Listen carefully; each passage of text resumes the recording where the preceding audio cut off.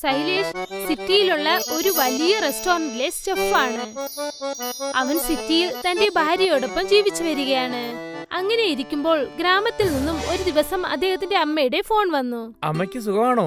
നിനക്ക് സുഖമല്ലേ മക്കളെ? പിന്നെ എങ്ങനെയുണ്ട്? നിന്റെ ഭാര്യയ്ക്ക് സുഖമാണോ? ഞങ്ങൾക്ക് സുഖമാണമ്മേ. അമ്മയ്ക്ക് ഇപ്പൊ ശരീരമൊക്കെ എങ്ങനെയുണ്ട്?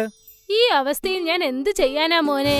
ഒരുപാട് വയസ്സായില്ലേ. ചിലപ്പോ നന്നായിട്ടുണ്ട്, ചിലപ്പോ കൊള്ളില്ല. അങ്ങനെ പോയിക്കൊണ്ടിരിക്കുന്നു. അമ്മയുടെ ശരീരം ഇപ്പൊ നന്നായിട്ട് നോക്കിക്കൊള്ളണം. ഇവിടെ എന്നെ പരിചരിക്കാനായിട്ട് ആരുമില്ലല്ലോ മോനെ. ഞാൻ എന്ത് ചെയ്യാനാ? ഞാനും ഒരുപാട് ദിവസങ്ങളായി നിന്നെ ഗ്രാമത്തിലേക്ക് വിളിക്കുകയാണ്. പക്ഷെ ഞാൻ പറയുന്ന നീ കേൾക്കുന്നില്ലല്ലോ. പക്ഷേ അമ്മേ, ഞങ്ങൾ ഗ്രാമത്തിലേക്ക് വന്നിട്ട് എന്ത് ചെയ്യാനാ? അവിടെയാണെങ്കിൽ ഒരു ഹോട്ടലും ഇല്ലല്ലോ. പിന്നെ ഞങ്ങൾ ജോലി എവിടെയാ നോക്കാറ്? അങ്ങനെയാണെങ്കിൽ നീ ഇവിടെ വന്ന് നിന്റെ സ്വന്തം ഹോട്ടൽ ആരംഭിക്കേ. നിന്റെ കയ്യിൽ കഴിവുണ്ട്. നീ എന്തിനു വേണ്ടിയാ വിഷമിക്കുന്നത്? ഹോട്ടൽ തുറക്ക്. നിനക്ക് നല്ല വരുമാനം കിട്ടുമെന്ന് എനിക്ക് വിശ്വാസമുണ്ട്. ഞാൻ അതിനെപ്പറ്റി ആലോചിക്കാമേ. ശരി മോനെ, നീ നിന്നെ നന്നായിട്ട് നോക്കിക്കോ. ശരി അമ്മേ. അമ്മ ഫോൺ കട്ട് ചെയ്തു. പിന്നെ സൈലേഷ് ആലോചിക്കാൻ തുടങ്ങി. അദ്ദേഹത്തിന്റെ ഭാര്യ ഭാർഗ അവിടേക്ക് വന്നു. എന്തുപറ്റി ചേട്ടാ? അമ്മ നമ്മളെ ഗ്രാമത്തിലേക്ക് വിളിച്ചോണ്ടിരിക്കുന്നു. എനിക്കും പോവാൻ ആഗ്രഹമുണ്ട്. പക്ഷേ അവിടെ പോയ എന്ത് ജോലി കിട്ടും? അമ്മ പറയുന്നു നമ്മുടെ ഗ്രാമത്തിൽ തന്നെ ഹോട്ടൽ തുറക്കാമെന്ന്. അതും നല്ല കാര്യമാണ്. എന്തുകൊണ്ടെന്നാൽ നിങ്ങളുടെ കൈകൊണ്ട് ചെയ്യുന്ന ചൈനീസ് ഐറ്റം ഒക്കെ എല്ലാവർക്കും ഇഷ്ടമല്ലേ. ഗ്രാമത്തിൽ ഇതുപോലെ ഒരു ഹോട്ടൽ പോലും ഇല്ല. അവിടെ ഓപ്പൺ ചെയ്താൽ നമ്മുടെ വരുമാനവും അധികരിക്കും. ഹാ, അതുമാത്രല്ലാതെ അമ്മയും പിന്നെ നമ്മളുടെ കൂടെ ഉണ്ടാവുമല്ലോ. പിന്നെ അമ്മയ്ക്ക് തീരെ സുഖമില്ല. ഇപ്പൊ ഈ സമയത്ത് നമ്മൾ അവരുടെ കൂടെ ഉണ്ടെങ്കിൽ അതും നല്ല കാര്യല്ലേ. ഹാ, നമുക്ക് നിങ്ങളുടെ അമ്മയോടൊപ്പം ഇരിക്കാം. അവരെ ശ്രദ്ധയോടെ നോക്കുകയും ചെയ്യാം. അങ്ങനെ ചെയ്താൽ അമ്മയ്ക്കും അത് സന്തോഷമായിരിക്കും. എന്നാ നമുക്ക് വേഗം തന്നെ ഗ്രാമത്തിലേക്ക് പോവാം. കുറച്ചു നാളുകൾക്ക് ശേഷം ശൈലേഷും അദ്ദേഹത്തിന്റെ ഭാര്യയും ഗ്രാമത്തിലേക്ക് തിരിച്ചുപോയി. ഗ്രാമത്തിൽ ചെന്ന് അവരവരുടെ അമ്മയ്ക്ക് സർപ്രൈസ് നൽകി. അല്ല മോനെ, മരുമകളെ, രണ്ടുപേരും പറയാതെ എത്തിയല്ലോ. വരാതെ ഞങ്ങൾ നിൽക്കുവോ? നിങ്ങൾ ഞങ്ങളെ അത്രയും പ്രാവശ്യം വിളിച്ചതല്ലേ. ഞാനും ഇതിനു വേണ്ടിയല്ലേ കാത്തിരുന്നത്. ശരി, ഇത് പറയൂ, നിങ്ങൾ കുറച്ചു ദിവസത്തേക്ക് വന്നതാണോ അതോ ഇവിടെ തന്നെ ഇരിക്കുമോ? ഞങ്ങൾ ഇനി ഇവിടെയാണ് താമസിക്കുക നിങ്ങളോടൊപ്പം. വാവ്, ഇത് നല്ല കാര്യമാണ്. അമ്മയുടെ സന്തോഷത്തിനൊരളവില്ലായിരുന്നു. ഇന്ന് ഒരുപാട് വർഷങ്ങൾക്ക് ശേഷം അവരുടെ മകനും മരുമകളും വീട്ടിലേക്ക് വന്നിരിക്കുന്നു. ഗ്രാമത്തിലേക്ക് പോയതും തന്നെ ശൈലേഷ് ചൈനീസ് ഹോട്ടൽ ഉണ്ടാക്കാനുള്ള കട തിരക്കി ഇറങ്ങി. അവൻ ആ വലിയ മാർക്കറ്റിൽ ഒരു കട ഇഷ്ടപ്പെട്ടു. സേഠ്ജി, ഞാൻ ഗ്രാമത്തിലൊരു ചൈനീസ് ഹോട്ടൽ വെക്കാമെന്ന് ആഗ്രഹിക്കുന്നുണ്ട്. നിങ്ങളുടെ സ്ഥലം അടുത്ത് എനിക്ക് അത് ഹോട്ടലായിട്ട് സൂട്ടാവും തോന്നുന്നുണ്ട്. നിങ്ങളുടെ ആ ഗാലിയായ സ്ഥലം എനിക്ക് വാടകയ്ക്ക് തരാൻ പറ്റുമോ? ആ സ്ഥലം ഇതുവരെ ഞാൻ ആർക്കും കൊടുത്തിട്ടില്ല. അതുകൊണ്ട് ഞാൻ നിനക്ക് വാടകയ്ക്ക് തന്നോളാം. ശരി, പറ, എത്ര നീ എനിക്ക് വാടകയ്ക്ക് തരും? 2000 രൂപ തരാം. ആ കാലി സ്ഥലത്തിന് 2000 രൂപ സേട്ടിന് അധികമായിട്ടാണ് തോന്നിയത്. ശരി മോനെ, മാസം നീ എനിക്ക് 2000 രൂപ കറക്റ്റായിട്ട് തരണം കേട്ടോ. തീർച്ചയായിട്ടും. അടുത്ത ദിവസം തന്നെ ശൈലേഷ് ആ കാലിയായിരുന്ന സ്ഥലത്ത് തന്റെ ചൈനീസ് കോർണർ തുടങ്ങി. പിന്നീട് തൊട്ടടുത്ത് തന്നെ അവൻ കുറെ കസേരകളും ടേബിളും വെച്ചു. പിന്നെ വൈകുന്നേരമായതും അവന്റെ ചൈനീസ് കൗണ്ടർ ആരംഭിച്ചു. ഗ്രാമത്തിൽ ആദ്യമായിട്ടാണ് ചൈനീസ് ഹോട്ടൽ തുടങ്ങിയിരിക്കുന്നത്. അതുകൊണ്ട് ആദ്യത്തെ ദിവസം തന്നെ ഒരുപാട് കസ്റ്റമേഴ്സ് വന്നു. ഒരു ഷെഷ്വാൻ ഫ്രൈഡ് റൈസ് തരൂ ചേട്ടാ. എനിക്കൊരു നൂഡിൽസും വേണം. അതാ കൊണ്ടുവരാം.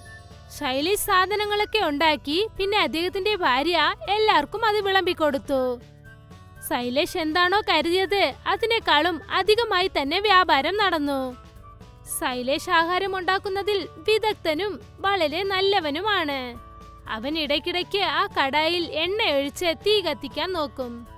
ഇത് കണ്ട് ഒരുപാട് കസ്റ്റമേഴ്സ് അതിൽ ആകർഷകരായി. എന്റെ അമ്മോ, ഇത് വളരെ നന്നായിട്ടുണ്ട്. ചേട്ടാ, നിങ്ങൾക്ക് തീ കണ്ട പേടിയില്ലേ? ഇല്ല മോനെ. ശൈലേഷ് വീണ്ടും ഒരു പ്രാവശ്യം അവന്റെ ആ തീ വിദ്യ കാണിച്ചു. എല്ലാ കസ്റ്റമേഴ്സും അതിനെ പ്രോത്സാഹിപ്പിച്ചു. പിന്നീട് ഒരുപാട് കസ്റ്റമേഴ്സ് ചൈനീസ് ഫുഡ് കഴിക്കാനായി വന്നു. ആദ്യത്തെ ദിവസം തന്നെ ശൈലേഷിന്റെ ചൈനീസ് കൗണ്ടർ വളരെ നന്നായി പോയി. പിന്നെ ദിവസവും കസ്റ്റമേഴ്സിന്റെ കൂട്ടം അധികരിക്കാൻ തുടങ്ങി. ശൈലേഷ് ചൈനീസ് ഫുഡ് ചെയ്ത് ഇടയ്ക്കിടയ്ക്ക് തീ വിദ്യയും കാണിക്കാൻ തുടങ്ങി. ബ്രദർ, നിങ്ങളുടെ ഫുഡ് അടിപൊളിയായിട്ടുണ്ട്. നിങ്ങൾ ചെയ്യുന്ന രീതിയും വളരെ നന്നായിട്ടുണ്ട്. അടിപൊളി, താങ്ക് യു. നിങ്ങളുടെ ചൈനീസ് ഫുഡ് കഴിക്കാൻ വേണ്ടി ഞങ്ങൾ വീണ്ടും വരും. ഓ തീർച്ചയായിട്ടും. ശൈലേഷും ബർഗയും ഒരുപാട് സന്തോഷത്തോടെയായിരുന്നു. കാരണം അവരുടെ ചൈനീസ് ഫുഡ് ഗ്രാമത്തിൽ എല്ലാവർക്കും ഒരുപാട് ഇഷ്ടമായി. പിന്നെ വീട്ടിൽ അവരുടെ അമ്മ ഒരുപാട് സന്തോഷവതിയായിരുന്നു, കാരണം മകൻ കൂടെയുണ്ട്. അമ്മേ, ഞങ്ങൾ സിറ്റിയിലേക്കാട്ടും ഇവിടെയാണ് കുറെ കാശുണ്ടാക്കുന്നത്. ഇത് വളരെ നല്ല കാര്യമാണ് മോനെ. നീയും മരുമകളും എന്റെ കൂടെയുള്ളത് വിചാരിച്ചാണ് എനിക്ക് ഒരുപാട് സന്തോഷം. അമ്മേ, ഇതാ നിങ്ങളുടെ ഗുളിക. പിന്നെ ഇന്ന് ഞങ്ങൾ നിങ്ങൾക്ക് വേണ്ടി നിങ്ങൾക്ക് ഏറ്റവും ഇഷ്ടമുള്ള ഫുഡാണ് ചെയ്യാൻ പോകുന്നത്. നീ എത്ര നേരം ജോലി ചെയ്യും മകളെ?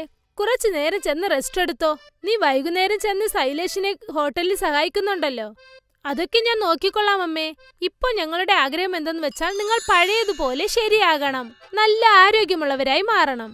തീർച്ചയായും മോളെ, തീർച്ചയായും ഞാൻ ശരിയാകും. ബർഗയും ശൈലേഷും പിന്നെ അവരുടെ അമ്മയും സന്തോഷത്തോടെ ജീവിച്ചു. ശൈലേഷിന്റെ ചൈനീസ് കോർണർ വളരെ നന്നായിട്ട് പോകുന്നത് കണ്ട് ആ സേഠ്ജിക്ക് ഒട്ടും ഇഷ്ടമായില്ല. ഈ ചൈനീസ് കട വെച്ചിരിക്കുന്നവൻ എന്നെക്കാട്ട് അധികം കാശുണ്ടാക്കുന്നുണ്ടല്ലോ. ഈ സ്ഥലം എന്റേതാണ്, ഞാൻ ഇതിൽ എന്തെങ്കിലും ചെയ്തേ പറ്റുള്ളൂ. നമ്മളെന്താ ഒരു പാചകക്കാരനെ വെച്ചിട്ട് നമുക്ക് തന്നെ ഈ ഹോട്ടൽ നടത്തിയാലോ? പിന്നെ നമുക്കും കാശുണ്ടാക്കാം. ഈ ചൈനീസ് ഹോട്ടലും പിന്നെ എന്റെ പേരിലുണ്ടാവും. എങ്ങനെ ആയാലും ഗ്രാമത്തെ ജനങ്ങളൊക്കെ ചൈനീസ് ഫുഡ് കഴിക്കാൻ ഇവിടെ തന്നെ വരണല്ലോ. ഇത് ശരിയായ ഐഡിയ തന്നെ. അത്രയും തന്നെ സേഠ്ജി ശൈലേഷിനടുത്തേക്ക് ചെന്നു. ശൈലേഷ്, ഇന്ന് രാത്രി തന്നെ നിങ്ങൾ കടയൊക്കെ കാലി ചെയ്യണം. നാളെ തൊട്ട് എനിക്ക് ഈ സ്ഥലമൊക്കെ വേണം. പെട്ടെന്ന് എന്താ സംഭവിച്ചു സേഠ്ജി? ഈ സ്ഥലം എന്റേതല്ലേ, എനിക്കിപ്പോ ഇത് ആവശ്യമായി. അതുകൊണ്ട് നീ എനിക്ക് സ്ഥലം തിരിച്ചു തരണം. ശൈലേഷിന് വളരെ വിഷമമായി. അവന്റെ കയ്യിൽ വേറെ വഴിയൊന്നുമില്ലായിരുന്നു. അന്ന് രാത്രി തന്നെ അവൻ ആ സ്ഥലം കാലി ചെയ്തു. പിന്നെ വേറൊരു നല്ല സ്ഥലത്തിനു വേണ്ടി കാത്തിരുന്നു. അടുത്ത ദിവസം തന്നെ സേഠ്ജി അവിടെ ഒരു പുതിയ ചൈനീസ് കോർണർ ഓപ്പൺ ചെയ്തു. ഒരാളെ ജോലിക്കും വെച്ചു. ഗ്രാമത്തിലെ ആളുകളും ചൈനീസ് ഫുഡ് കഴിക്കാൻ വേണ്ടി ആ കടയിലേക്ക് വന്നു. എനിക്കൊരു എഗ് റൈസ്, എനിക്കൊരു മഞ്ചൂരിയൻ, പിന്നെ സൂപ്പും. സേഠ്ജി കല്ലായിലിരുന്ന് കാശ് എണ്ണുകയായിരുന്നു. പിന്നെ അദ്ദേഹത്തിന്റെ ജോലിക്കാരൻ എല്ലാവർക്കും സർവ് ചെയ്യാൻ തുടങ്ങി. ആദ്യ ദിവസം സേഠ്ജിക്ക് നല്ല വരുമാനം വന്നു. അദ്ദേഹം സന്തോഷത്തോടെ ആയിരുന്നു. പക്ഷെ കുറച്ചു ദിവസത്തിനു ശേഷം ഗ്രാമത്തിലെ ജനങ്ങൾക്ക് മനസ്സിലായി ആ ചെഫ് മാറിയെന്ന്. അതുകൊണ്ടാണ് ടേസ്റ്റും മാറിയതെന്ന്. ഇപ്പൊ ഈ ചൈനീസ് ഫുഡൊന്നും അത്ര രുചിയില്ലല്ലോ. ചേട്ടാ, പഴയ പാചകക്കാരനെ നിങ്ങൾ കൂട്ടിക്കൊണ്ടുവരണം. അദ്ദേഹം ഒന്നും തിരിച്ചു വരില്ല. അയാൾ പുറത്തുപോയി. ഇത് വലിയ തെറ്റാണ് ചേട്ടാ.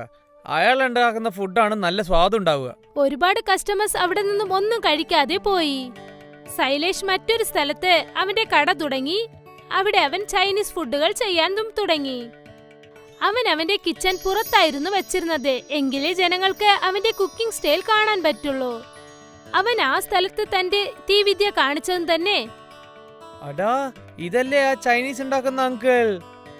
ചേട്ടാ, ഞാൻ നിങ്ങളെ വല്ലാതെ മിസ് ചെയ്തിട്ടുണ്ട്.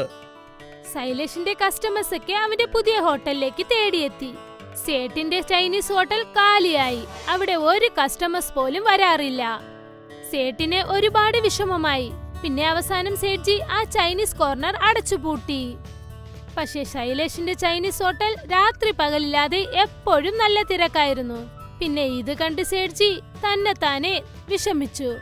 വലിയവരൊക്കെ പറയുന്നത് ശരിയാണ്, ചീത്ത വിചാരിച്ചാൽ ചീത്തയെ നടക്കൂ. സേഠ്ജി വിചാരിച്ചു ശൈലേഷിനെ നശിപ്പിക്കാമെന്ന്. പക്ഷെ അവസാനം സേഠ്ജി തന്നെ നശിച്ചുപോയി.